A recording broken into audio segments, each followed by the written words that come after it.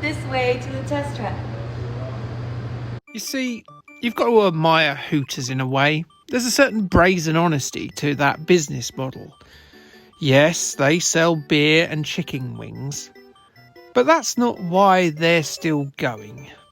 We all know what it is, don't we? Yes, of course, it's the fact they put their name to this game in 2002, obviously.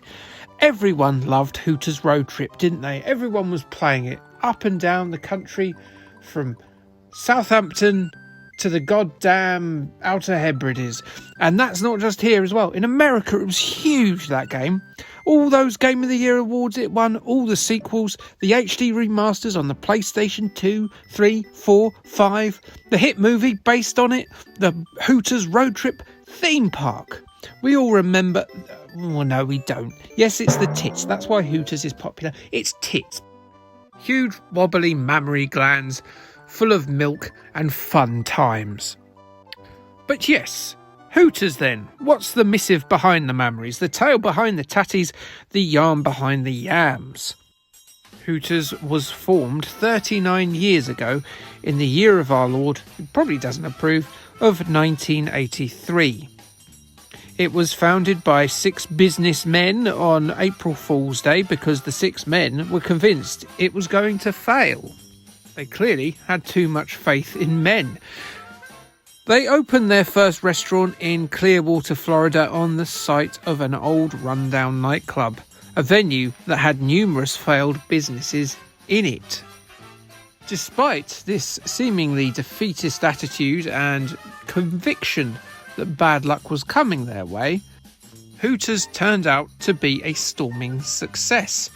How big a success? Well, as of 2023, there are 430 Hooters restaurants across 28 countries. The business model is this: open a restaurant with a bar and have all the waiting staff be young women in their late teens, their 20s or their early 30s, and be of an attractive nature.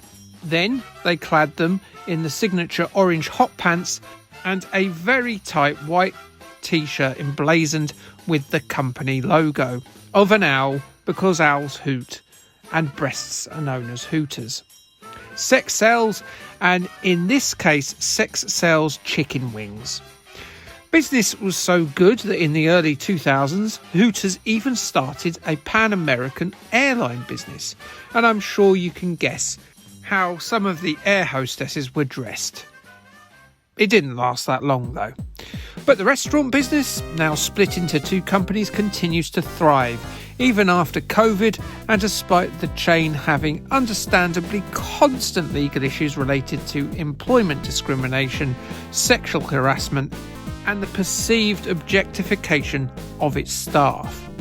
The most famous lawsuit is unquestionably related to waitress Jodie Berry at the Panama City Beach venue. Berry was the winner of a beer sales contest, a contest that promised a Toyota as a prize. When the prize was handed over, Jodie was nonplussed, as instead of getting a top-of-the-range Toyota vehicle, she was handed a toy Yoda. I mean, I find that pretty funny, but Miss Berry clearly didn't, and neither in the end did her manager or the Hooters franchisee when they had to settle out of court. What a boob, eh? So, onto the game. Picture the scene, if you will. It is the space year 2002, and Ubisoft are preparing to launch a game on the PS1 and the PC called Freewheelin' USA. Freewheelin' USA, programmed by Hoplite Research, had you taking part in a series of races across various US states in different cars. So a bit like Cruising USA. A bit like Cruising USA if it wasn't very good at all. Some bright spark at Ubisoft realised that they might lose some dollar on this and put it out on their budget label. But they realised that might not be enough. So it was quietly released on the PC, and for the PlayStation 1, well, there was only one option: to press the nuclear button. And that nuclear button had an areola and nipples. You see, the late 90s and early 2000s were the peak of lad culture across the Western world. Sex comedies like American Pie and Road Trip were doing big money at the cinema. Magazines like Nuts and Loaded were softcore pamphlets of grot. But you know what? Hollyoaks actresses had to have a side hustle, and OnlyFans was not an option at that point. Games weren't immune to this sort of exploitation either.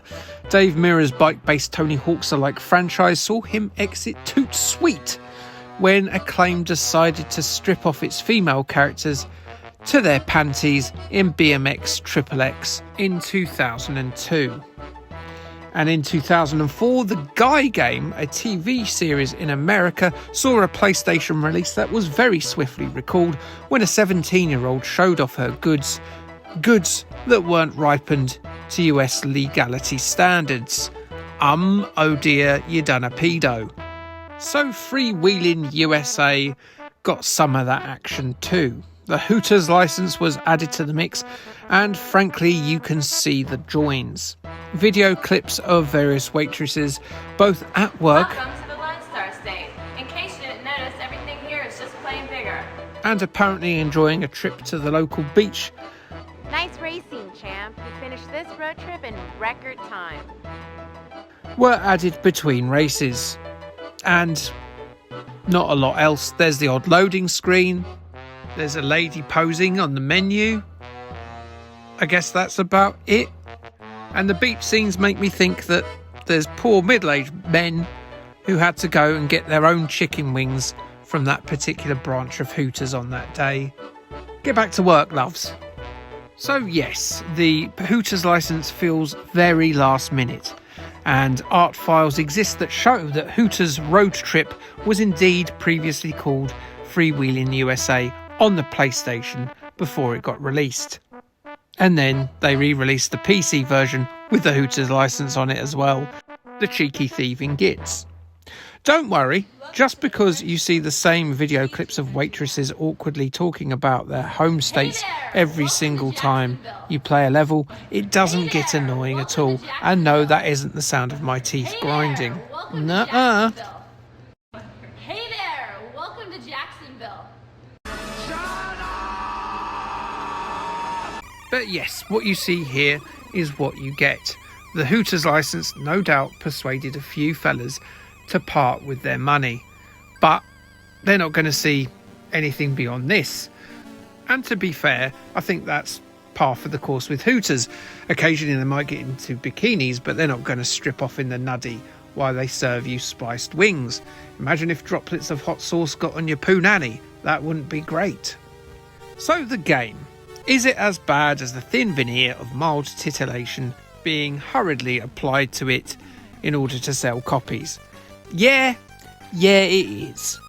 How bad? Oh, well, Game Informer described it as one of the worst games of all time, and it was the 49th worst game of all time according to Games Radar in 2017. So yeah, not brilliant, but what's so bad about it? Well, I mean, the graphics and the music aren't brilliant, but to be fair, I think they're better aspects of the game. The controls, you see, they're a little bit sensitive. I mean, when I say a little bit sensitive, they're sensitive as in they're prone to having a panic attack when confronted with oxygen or the ground kind of sensitive. They're very sensitive. I got through the game by minutely touching left and right, as if I was a butterfly stroking a rose petal. If you don't do that, you'll be careering into cars and fences and all sorts. And let me tell you, it is very easy to crash into fences in this game, as the roads are extraordinarily narrow, with very little room to overtake either your opponents or the traffic around you. You'll be struggling and a cussing, and if you were playing this game in a Hooters bar, the waitresses would immediately be getting security to remove you for being a threatening, scary, sweary pants. Let me tell you that. It's hard to describe how frustrating this game is to control, but if you've ever had one of those jobs in retail that involves moving around those trolleys that have usually full with either trash or boxes, you'll know that getting it through a narrow passageway is pretty difficult. It feels like that, only you've paid for this and it's supposed to be entertainment. Now, you look like someone who enjoys misery. I hope you don't mind me saying. You've got that look about you. It's ill-favoured, but you know what? You rock it. So how would you like that misery compounded even further? How about traffic that will seemingly deliberately move in your way when you try and overtake and will, with the help of the terrible draw distance, appear out of nowhere and slam right into you with no chance of avoidance when coming towards you on the road? It is horrible. This game is horrible. It's one of the worst racing games I've ever played in my life. There's no collision damage on your vehicle either, despite the cars all being made up, so there's no Gran Turismo laws. And while we're on the subject of Gran Turismo, let's not forget that this game came out in 2002. 2002, after things like Gran Turismo, Wipeout, Driver, the Ridge Racer series, Need for Speed series, they were all out. They are all much better than this game. And no, I don't think the budget price excuses it. The game is broken. It is a broken game. And if you bought, I don't know, a plate from Wilco, and then you opened the bag and you saw that it was chipped, you'd take it back, wouldn't you? I don't believe there's any excuse for it, to be honest. And it's a dull, throbbing, repetitive slog that required me multiple saves to get through. I would play through a level of 6 stages of racing and then go off and do something else. I mean, it's quite clever that it's both really boring and rage-inducing at the same time. That is a strange feeling to have, but it is a feeling I had playing this. Its place as being one of the poorest titles in the PlayStation's history is well earned. Or poorly earned, because it's not really earning anything by being bad. I don't know. But no amount of 6-second clips of waitresses in their early 20s saying place names. Hi, y'all. Welcome to Georgia. How you doing, sugar? Is going to alter my opinion on this. The patrons of Hooters having a sad cry wank in their lonely flats when they get home will be having a far better time than you if you are playing this game. IGN gave it a miserable 2 out of 10 in May 2002. They said, "Want pretty girls happy to be exploited? Turn on MTV. Want gameplay? Turn on anything else." GameSpot reviewed it on April the 9th, 2002 and said that the Hooters restaurants describe themselves as delightfully tacky yet unrefined. But here is a game that could do with a dose of refinement, as it is sorely needed here. A 2.5 out of 10 was given to Hooters Road Trip from them. Cool, I had to be strong to get through that game. And it's strong men that we're dealing with in the next video. Yes, we're going to be playing Jeff Cape's Strongman on the 8-bit computers. Whoop-de-doo. Like, subscribe, and thanks, bye.